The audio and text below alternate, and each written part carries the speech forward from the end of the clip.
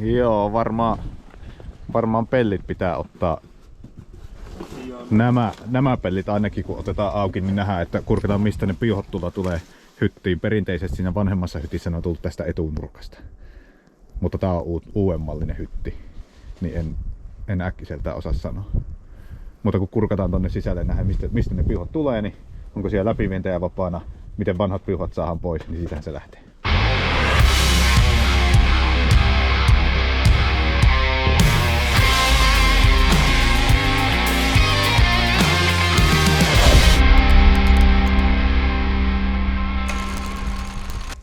Päivää. S10 Ponssen ajokone on vain HS10 Cobran hyttivaunu tässä. Niin tämmönen kone on tänään vuorossa. Tämmöstä laatuna niin minulle ainakin ensimmäinen kappale. Silmänpistävä asia on koneen keveys. Tästähän näkyy läpi tästä koneesta. Varsin näppärä vehje. Tämä on vuodelta 1998. No suuri osa mitä on Ponsseja tullut, ne on yleensä ollut S15 sanotaan niinku siihen ehkä niinku 97-98 asti, että pykälää vanhempia koneita ja tää on sitten pikkusen uudempi.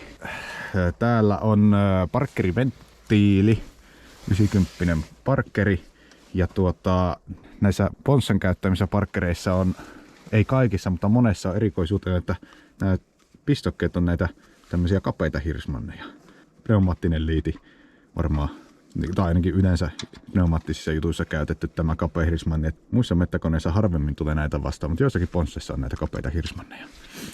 Ja tässäkin koneessa itse asiassa kaikissa lohkoissa ei ollut, vaan kouralla on sitten ihan se perinteinen Junior Power Timer, semmonen pieni rautalankalukitteinen liiti. Kuten näkyy, niin alettiin jo tuosta vetämään piuhaa pois ja uutta tilalle. Ja uusi on vielä täällä paketissa. Eli kaapeli, venttiili ja hytin väliin. Hytin johtosarja on siinä. Täältä löytyy venttiilikaapeli ja bokseja ja kahvoja näyttää. Tämä on vähän erilainen asennus. Tehdään se käyttämällä ihan hyttimoduulia. Nämä on tämmöisiä yleiskäyttöisiä venttiiliohjaimia. Ja asiakkaan toiveesta käytetään Calderon kahvoja. Sillä nyt ei ole oikeastaan mitään merkitystä, mitä kahvoja käytetään. Tällä kertaa ei ole Usain Boltin kahvaa, missä olisi kahvan sisälle venttiiliohjaus rakennettu valmiiksi, kun sitä ei käytetä, vaan nyt käytetään ihan perinteisiä minivipuja, joka on pelkkä vipu. Niin se vipu tietenkin vaatii ton hyttimoduulin boksin siihen kaveriksi. Boksi lukee kahvalta tiedot sisään ja boksi sitten ohjaa venttiiliä. Voisi sanoa, että boksi toimii pienenä vahvistimina siinä välissä. Se kaikki hienous on siinä virtojen säätämisessä, joka tulee siellä boksin sisällä ohjelmasta. Tosta noin. Käydään siellä vielä katsomassa. Tässä on hyvin tilaa pelkääjälle istua siinä vieressä ja uudemmallinen hytti, mutta perinteinen ohjausjärjestelmä vielä, eli näillä vanhoilla Voakin minivivuilla ja legendaarisilla IPS-laatikoilla. Näitä tulee paljon vaihtoa. Ja tässäkin koneessa ainakin yksi ongelma on näissä IPS-laatikoissa. Kylmänä joutuu koputtelemaan, että lähtee taas liikkeelle. Ja liikkuu aikansa, sit alkaa taas takkuamaan. Kahvat on todennäköisesti myöskin, ne on potentiometrikahvoja, nämä vanhat kahvat, niin kyllähän niissä eli-ikä tulee jossakin vaiheessa täyteen. Liukupinta alkaa kulumaan, niin tämmönen ohjausjärjestelmän päivitys näihin on aika helppo tapa saada koneelle toimintavarmuutta. Nuo piuhat muuten oli ihan rapsakoita tuolla venttiilillä.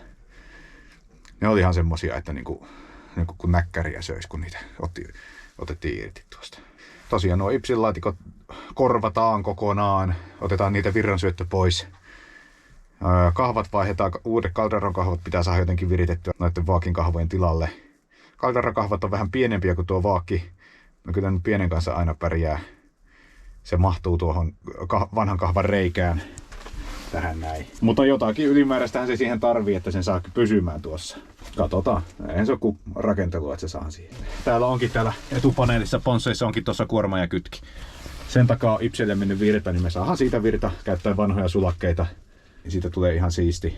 Ja ajotieto me tarvitaan. Tässä on ollut tää, sanonko mikä, Putinin pääkahva.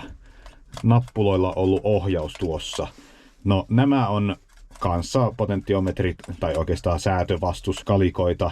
Eihän nämä ihan hirveälle käytölle ole joutunut tässä verrattuna näihin ohjauskahvoihin, mutta kun ne on säätövastuksia, niin se vaatisi nyt vähän melkoista kytkentää saada ne luettua sisään uuteen järjestelmään. Ei minun mielestä maksa vaivaa, kun on vanhoista nupikoista kyse, niin vaihdetaan sen tilalle semmoinen yhden sormen käytettävä ohjausvipu.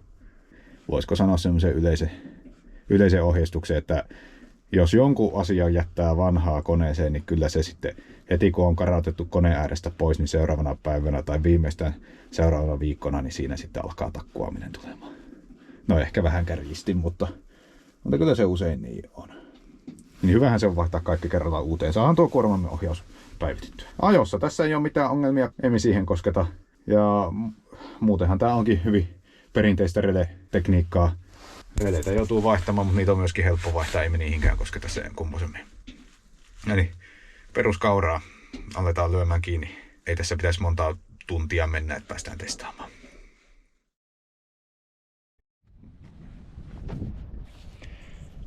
Nyt alkaa olemaan piuhat vedetty paikoilleen. Verhoilut pitää vielä laittaa, kun se käytettiin hyttiä auki tuossa, että kaupetit kyllä sai puikautettua hyttiä nostamattakin, mutta vanhoja piuhoja ei saanut revittyä pois. Mä Lauri käynnistä. No niin, katsotaan. No niin. Täällä on kahvat vaihdettu. Tossa tuo Putinin pää ohjausvivulle tuli pikkuvipu tilalle. Täällä puolella sama homma.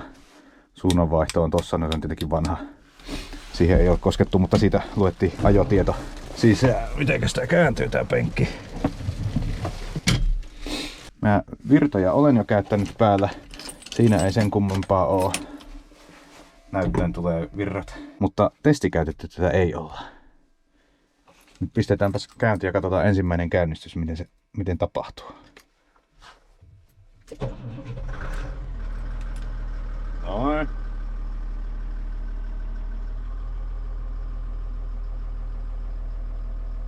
Liikesuunnistakaan ei oikeastaan ole tietoa. Kaikki tuurissansa. Hei. Näinhän tän pitikin toimia. Taitto toimii väärinpäin. Se voitaisiin kääntää saman tien tuosta, eli taittosylinteri, käännetään suunta takaisin ja tallennetaan muutokset. Nyt taittosylinteri toimii oikeinpäin. Sitten rotaattori toimii ja toimii jopa oikeinpäin minun mielestä. Koura toimii oikeinpäin. Jatke. Sekin toimii oikeinpäin. Kääntö. Runko-ohjaus. Pelittää oikeinpäin. Aha! Kaikki paitsi yksi liike oli oikeinpäin. Ei ole vielä kertaakaan tullut semmoista asennusta, että kaikki olisi ollut oikeinpäin kerrasta. Mutta tämähän on hyvä. Kaikki liikkeet toimii, niin me pistetään peltejä kiinni, vähän säädetään näitä liikennopeuksia ja päästään tuohon tukkipinolle vähän kuormaamaan. Niin. Oho. Mulla on nyt väärinpäin tää jatke, kun mä saan näin päin käyttöön. No vaiha se suunta. Mistä se vai? Siitä ihan perusnäytöstä saat nyt sen muutettua. Painat jatkeesta. Siitä. Ja vasemmassa laajassa on kato uusi nappula. Noin. Ahaa. Onko se näin helppoa? Se on noin helppoa nykyään. Onpa soudot kahvat? Joo. On kaudarot on yllättävän jäykät. On siis, on. Mutta niihin, ne no vähän... tietenkin ne löystyy käytössä, mutta niihin saa myös löysempiä jousia. Joo, kyllä mä veikkaan, että tää tästä, kun päästään vauhtiin, niin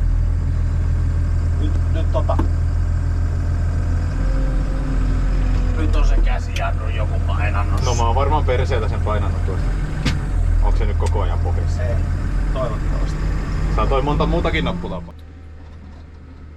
Tää on aika jännä tää ajokahva. Vaatii totuttelua sen Putinin pääkahvan jälkeen. Oi.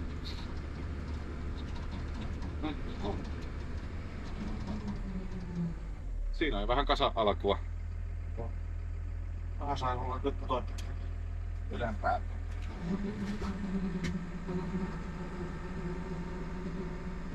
Ai niin, nyt kun suunta pitää aina muistaa laittaa nyt pois. Joo.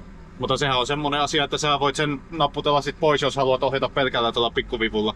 Joo.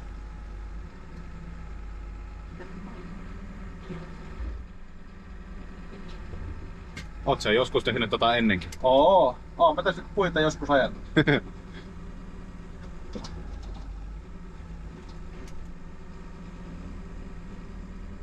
Mutta varmasti liikkeissä on säätämistä kyllä jonkun verran. No en mä nyt tiedä silleen tälleen niinku äkkiä näppituntumaan, niin ei tää nyt hullumpi on niinku siihen nähden, että mitä noi oli noin vanhat Niin. että tietysti vähän asentoa pitää korjata tässä kahvojen niinku tohon käsinojiin nähden, mutta Juu. muuten kyllä niinku tää on, mulla on sama tuntuma nyt kun ajaisin tuolla motolla, niin tää on niinku kätevä. Joo. Et minä nyt pystyn hallitsemaan samat kahvat ja sitten, että niin kun ei tuu maata ja just toi ajamiinkin on kätevää. Kyllä tää niin kun tää nosturi liikkuu tälleen mieleisesti, kun tässä on potkuu, niin kyllähän tää niin helppoa tän kanssa tää pummetti. Joo. Että eihän niinku pari keriä on voittanut. Ei siitä. Älä sano noin, mä kuvaan videota koko ajan. No mutta että niinku kyllähän hyväksi on havaittu ja siis Ei, kyllähän se on hyvä. Joo, ja tää toimii tää järjestelmä niinku hyvin yhteen ainakin tän venttiilipöydän kanssa, et ei tässä on niinku. Juu. Ja on niinku, täytyy sanoa, että on nää niinku kivat, kun on samanlaiset kahvat. Niin, siis nää keinukatkaisijat on niinku se kaikista ole, niinku koko ajan mä mätän niinku jatkeella ja otan ja lähen ja otan ja lähen. Niin nää kun on nyt samanlaiset kuin multa liukupuomia, mä käytän koko ajan liukupuomia tällä motossa. Niin, tää on, kun on samat kahvat, niin tää on niinku helppoa, että mä suosittelen, jos joku muukin niin kun haluaa, niin ne on mahdollista laittaa nämä samanlaiset kahvat ajokoneessa kuin motossa, jos käyttää niin jontikkaa tai komatsua tai ponssea, niin motossa ajokoneessa kun on samat kahvat ja sitten ajat ja teet niin kuin isäntälinjana, niin kyllä se nää toimii. Ei tässä ole niinku moitittavaa. Niin kyllä, en minä mistään mitään tiedä, mutta moni sanoo sitä, että sitten kun tulee järjestelmä päivitettyä, niin olisi pitänyt tehdä jo aikapäiviä sitten. Joo, no itsekin nyt, että päivitetään vähän kerrassaan ja siis ihan voi sanoa, että te vaan laitoit, että mä en ole edes säätänyt niinku mitään ramppeja tai mitään tähän, niin onhan tää niinku, ja voi mättäytellä jo. Tietysti on kokemusta, että on jo mättänyt koneen kanssa. Niin, ja minä säädin vähän sen jotakin sinne. Niin. Kun on uudet kahvat, niin ne kun on jämäkät, niin ja nääkin varmasti vähän löystyy tästä, kun Ainahan ne pikkasen mätetään, väljistyy. niin kyllä tää niinku toimii. On niinku, siis tykkään näistä kahvoista. Kiva kuulla. Ei pääse. Joo. Isempiä huono sunkaan kahvoja, mutta yksinkertaisesti tää on Niin. koko luokkaan niinku Joo. mun käteen oikein. Joo, ja hienous on siinä, että ne voi olla mitkä tahansa. Joo, kyllä valinnan verran on. Niin, ja sitten just tää on niin kätevä, kun tää pystyt niinku valitsemaan, niin profiilin voidaan tehdä mullakin, niin kaveri välillä käy pajaa ajokonetta, niin se voi heittää omat asetukset ja mä voin ajaa omilla asetuksilla. Siinä Ponsse vielä seisoo taustalla. Tämä meni varsin hyvin, puolikas päivä meillä meni tässä touhussa. Mä ihmettelinkin sitä, että miten se on ajokone, vaikka siinä lukee HS10 motokytille tehty, niin no niinhän se onkin. Tää on vähän niinku erikoiskappale. Joku rakennellut puolet motosta ja puolet ajokoneesta pistänyt yhteen. Kärrypuoli on vähän niinku omatekelestä, niin ei ole varmaan montaa tällaista konetta olemassa, että todennäköisesti tasan tarkkaan yksi.